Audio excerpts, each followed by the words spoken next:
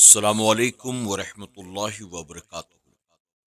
میرے پیارے آقا علیہ الصلوۃ والتسلیم کے پیارے دیوانوں، خاتون جنت حضرت فاطمۃ الزہرا رضی اللہ عنہا کی کنیزوں، اس وقت ہم اور آپ حضور اکرم صلی اللہ علیہ وسلم کی ولادت، آپ کی والدہ آمنہ خاتون اور مردیہ حلیمہ سعدیہ رضی اللہ تعالیٰ عنہا کے تعلق سے حکایات سماعت کر رہے ہیں۔ حکایت نمبر 18۔ حضرت آمنہ نے حلیمہ سعدیہ سے کیا کہا؟ حضرت حلیمہ سعدیہ رضی اللہ تعالی عنہا نے جس وقت حضور اکرم صلی اللہ علیہ وسلم کو گود میں لیا تو حضرت آمنہ رضی اللہ تعالی عنہا نے حضرت حلیمہ سے کہا، جان لے تو اے حلیمہ، جس بچے کو لے جا رہی ہے یہ بڑی شان رکھتا ہے۔ مجھے اللہ کی قسم اس کے حمل سے مجھے ایسی کوئی تکلیف نہیں ہوئی جو ایسے وقت میں عورت کو ہوتی ہے۔ اور خواب میں آنے والے نے مجھ سے کہا تھا، اے آمنہ، تو ایک ایسے بچے کی ماں بنے گی جو سارے جہانوں کا سردار ہوگا، اس کا نام احمد رکھنا۔ سبق: حضرت آمنہ رضی اللہ تعالیٰ عنہ نے حضرت حلیمہ کو بتا دیا کہ تو بڑی خوش نصیب ہے، یہ جو بچہ تیرے حصے میں آیا ہے اس پر جتنا فخر بھی کرے تھوڑا ہے، یہ سارے جہانوں کا سردار ہے۔ تمہاری ساتھی عورتیں جو بچے بھی لے کر گئی ہیں اور جن کے بھی بچے لے کر گئی ہیں، یہ بچہ ان سب کا سردار ہے۔ خدا نے دنیا بھر کی سرداری کو تمہاری گود میں ڈال دیا ہے۔ گویا اے حلیمہ، زمیں پر عرش اعلیٰ کے نشاں معلوم ہوتے ہیں، زمیں پر عرش اعلیٰ کے نشاں معلوم ہوتے ہیں، تیری تو گود میں دونوں جہاں معلوم ہوتے ہیں۔ مسلمانوں، حضرت حلیمہ کی طرح ہم بھی بڑے خوش نصیب ہیں کہ ہمیں آقا وہ ملا جو سارے جہانوں کا سردار ہے۔ اعلی حضرت نے خوب لکھا ہے، سب سے اولا وہ اعلیٰ ہمارا نبی، سب سے اولا وہ اعلیٰ ہمارا نبی، سب سے بالا وہ والا ہمارا نبی، سارے اونچوں سے اونچا سمجھیے جسے، ہے اس اونچے سے اونچا ہمارا نبی۔ حکایت نمبر 19۔ حلیمہ حضور کو لے کر چلی۔ حضرت حلیمہ سعدیہ رضی اللہ تعالیٰ عنہ فرماتی ہیں، ہم جب حضور اکرم صلی اللہ علیہ وسلم کو لے کر اپنے گاؤں چلنے کو تیار ہو گئے تو میں حضور صلی اللہ علیہ وسلم کو اپنی گود میں لے کر اپنی لاگر اونٹنی پر بیٹھی۔ وہ اونٹنی جو بھوک اور لاغری کے سبب چل نہ سکتی تھی اور آتے وقت سب سے پیچھے مکہ پہنچی تھی، اب صاحب معراج کی برکت سے اتنی تیز رفتار ہو گئی کہ میری ساتھی عورتوں کی سواری سے سب سے آگے جا رہی تھی۔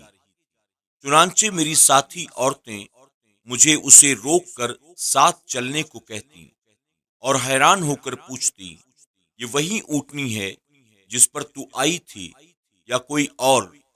یہ تو ایسی تیز ہے کہ اونچا نیچا بھی نہیں دیکھتی، یہ وہ معلوم نہیں ہوتی، اور میں قسم کھا کر کہتی ہوں کہ یہ وہی ہے، مگر اس بچے کی برکت سے جو میری گود میں ہے، اس کا سارا ضعف یعنی کمزوری اور ناتوانی جاتی رہی ہے، غرض کہ ہم آرام سے سب سے پہلے اپنے گھر میں پہنچ گئے۔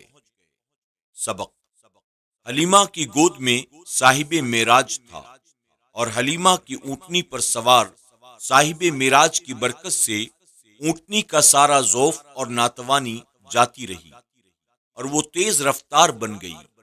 گویا وہ اس وقت زبان حال سے یہ کہہ رہی تھی، تیز یوں رفتار میری آج ہے، تیز یوں رفتار میری آج ہے، مجھ پہ بیٹھا صاحب معراج ہے۔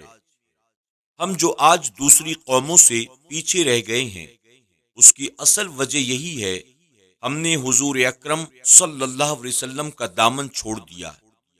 یہ آج کل کی برائے نام ترقی جس پر نادان مسلمان خوش ہوتے ہیں، سچ پوچھئے تو یہ ترقی نہیں بلکہ پستی ہے۔ ترقی اور آگے بڑھنے کے لیے حضور صلی اللہ علیہ وسلم کی تعلیمات کو اپنانا ضروری ہے۔ ہمارا دعویٰ ہے کہ حضور صلی اللہ علیہ وسلم کی تعلیمات کو اپنانے سے ہم ساری قوموں سے آگے نکل سکتے ہیں۔ ہماری ساری کمزوریاں، ضعف اور ناتوانیاں دور ہونے کا واحد علاج یہی ہے کہ حضور صلی اللہ علیہ وسلم کو اپنا لیا جائے۔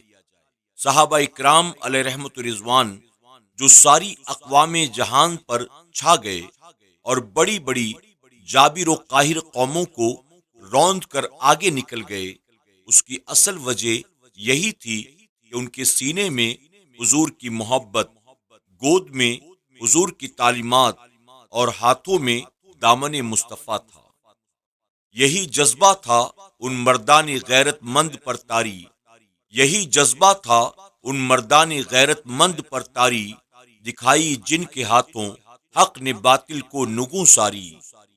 یہ بھی پتا چلا کہ ہم اگرچہ آخری امت ہیں اور آئے ہم سب سے پیچھے ہیں، مگر حضور اکرم صلی اللہ علیہ وسلم کی نسبت کی برکت سے جب اپنے گھر جنت میں لوٹیں گے تو سب سے پہلے ہم جنت میں جائیں گے انشاءاللہ۔ اس لیے حضور اکرم صلی اللہ علیہ وسلم نے فرمایا، ہم آئے تو آخر میں ہیں لیکن قیامت کے روز سب سے آگے ہوں گے۔ دیکھ لینا روز محشر جنت فردوس میں، دیکھ لینا روز محشر جنت فردوس میں، سب سے پہلے جائے گی امت رسول اللہ کی۔ حکایت نمبر 20۔ حلیمہ کے گھر برکت ہی برکت۔ حضرت حلیمہ سعدیہ رضی اللہ تعالیٰ عنہ فرماتی ہیں، ہم جب حضور اکرم صلی اللہ علیہ وسلم کو لے کر اپنے گھر آئے تو ہماری وہ زمین جو خشک سالی کے باعث خشک پڑی تھی، مویشی باہر سے بالکل بھوکے آ کر بیٹھ جاتے تھے، نہ باہر ہی ان کے پاس چرنے کے لیے کچھ تھا نہ گھروں میں، لیکن حضور اکرم صلی اللہ علیہ وسلم کو ہم ساتھ کیا لائے، برکت و رحمت کی بارش ہم پر ہونے لگی۔ ہم نے دیکھا ہماری زمین سرسبز یعنی ہری بھری ہو گئی، ہمارے مال مویشی خوب پیٹ بھر کر باہر سے آنے لگے اور ہماری ہر ایک بھیڑ بکری کے تھن دودھ سے بھر گئے۔ حالانکہ جب ہم مکہ شریف گئے تھے تو اس وقت ہماری کسی بھیڑ یا بکری کے تھنوں میں ایک قطرہ بھی دودھ کا نہ تھا۔ اب ہم انہیں دہتے تو سب سیر ہو کر آرام کرتے تھے۔ ہماری اس آسودگی اور راحت کو دیکھ کر باقی بستی والے اپنے اپنے چرواہوں کو تاکید کرتے تھے کہ تم بھی اپنی بکریاں اسی طرح چرانے لگ جایا کرو جس طرح حلیمہ کے چرواہ بکریاں لے جاتے ہیں۔ انہیں یہ معلوم نہ تھا کہ یہ تمام برکت ہمارے مال و جان میں اس مبارک بچے کی بدولت ہے جسے ہم اپنے گھر لائے ہیں۔ سبق: ہمارے حضور صلی اللہ علیہ وسلم رحمت للعالمین بن کر تشریف لائی ہیں۔ یہ حضور کی رحمت ہی تھی کہ حضرت حلیمہ سعدیہ آپ کو لا کر آپ کی برکت سے مالا مال ہو گئیں۔ ہمیں اللہ تعالیٰ کا بے حد شکر ادا کرنا چاہیے کہ اللہ رب العزت نے ہمیں حضور صلی اللہ علیہ وسلم جیسا آقائے رحمت عطا فرمایا۔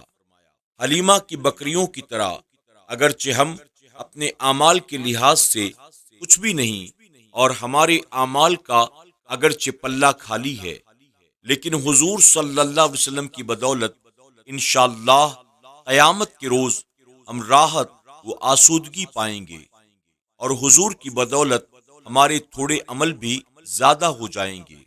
یہ بھی پتہ چلا کہ حضور اکرم صلی اللہ علیہ وسلم محسن کائنات ہیں۔ مخلوق میں آپ پر کسی کا کوئی احسان نہیں بلکہ ساری مخلوق پر آپ ہی کے احسانات ہیں۔ حلیمہ نے حضور کو دودھ پلا کر آپ پر کوئی احسان نہیں کیا بلکہ حضور اکرم صلی اللہ علیہ وسلم نے حلیمہ سعدیہ کے گھر میں برکت ہی برکت پیدا کر کے حلیمہ پر احسان فرمایا اور حلیمہ کو خوشحال اور مالا مال کر دیا۔ مصطفیٰ کے سارے زیر بار ہیں، مصطفیٰ کے سارے زیر بار ہیں، محسن ہر دو جہاں سرکار ہیں۔ آج کے درس میں بس اتنا ہی، انشاءاللہ چند نئی حکایات کے ساتھ کل پھر ہماری اور آپ کی ملاقات ہوگی۔ السلام علیکم ورحمۃ اللہ وبرکاتہ۔